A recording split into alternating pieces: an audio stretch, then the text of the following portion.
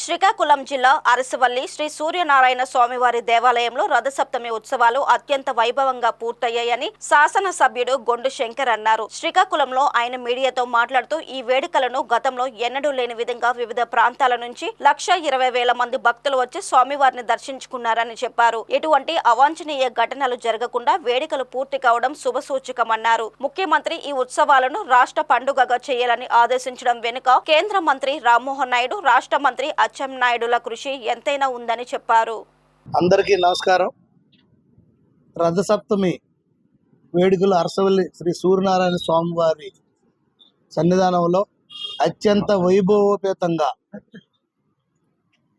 దాదాపు 1,20,000 పైచిలకు భక్తులు వచ్చి దర్శించుకొని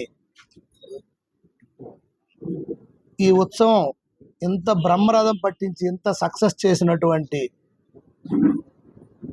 గౌరవ జిల్లా కలెక్టర్ గారు స్వప్నిల్ దినకర్ గారు, అలాగే ఎస్పీ మహేశ్వర్ రెడ్డి గారు, అలాగే జేసీ గారు, ఫర్మాన్ గారు, అలాగే కలెక్టర్ గారు, జాయింట్ కలెక్టర్ గారు, ఆర్డీఓస్ వీళ్ళందరికీ, అలాగే నాతో పాటుగా నిత్యం పర్యవేక్షణ చేస్తూ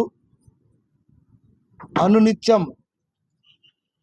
సూచనలు సలహాలు ఇస్తూ చేసినటువంటి గౌరవ రాష్ట్ర మంత్రివర్యులు అచ్చెన్నాయుడు గారికి, అలాగే కేంద్ర మంత్రివర్యులు పౌర విమానయాన శాఖ మంత్రులు శ్రీ కింజరాపు రామ్మోహన్ నాయుడు గారికి, అలాగే అడిగిన తక్షణమే ఒక్క మాట కూడా మాట్లాడకుండా సూర్యనారాయణ స్వామివారి రథసప్తమి వేడుకల్ని రాష్ట్ర పండుగగా చేయమని కోరిన తక్షణమే అధికారులకి మౌఖిక ఆదేశాలు ఇచ్చి తరువాత ఉత్తర్వులు ఇచ్చినటువంటి గౌరవ ముఖ్యమంత్రి వర్యులు శ్రీ నారా చంద్రబాబు నాయుడు గారికి నా హృదయపూర్వక నమస్కారాలు తెలియజేసుకుంటూ, ఈ కార్యక్రమంలో ప్రింట్ అండ్ ఎలక్ట్రానిక్ మీడియా మిత్రులు మొదటి నుండి కూడా పెద్ద ఎత్తున ప్రపంచవ్యాప్తంగా తెలిసే విధంగా నిత్యం సూర్య భగవానుడి కోసం చేస్తూ అక్కడ ఏర్పాట్ల కోసం భక్తులకు చేయడం, వీటన్నింటి వల్లే భక్తుల్లో ఒక నమ్మకం పెరిగి ఇంతమంది భక్తులు వచ్చి దర్శనం చేసుకోవడానికి మనకు అవకాశం కలిగింది.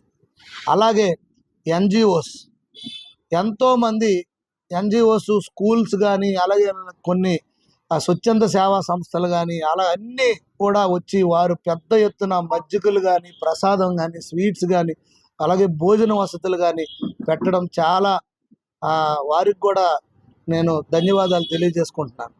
అలాగే అరసవల్లి, కాజీపేట సరౌండింగ్ విలేజర్స్ దాదాపు 30,000 మందికి అన్నదాన కార్యక్రమం చేపట్టారు.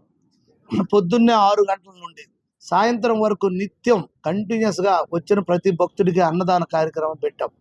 అలాగే మున్సిపల్ సిబ్బంది, రెవెన్యూ సిబ్బంది, పోలీస్ సిబ్బంది అందరూ కూడా ప్రతి ఒక్కరు కింద స్థాయి నుండి పెద్ద స్థాయి వరకు తమదంటూ ఓన్ చేసుకొని ఈ కార్యక్రమం చేపట్టారు.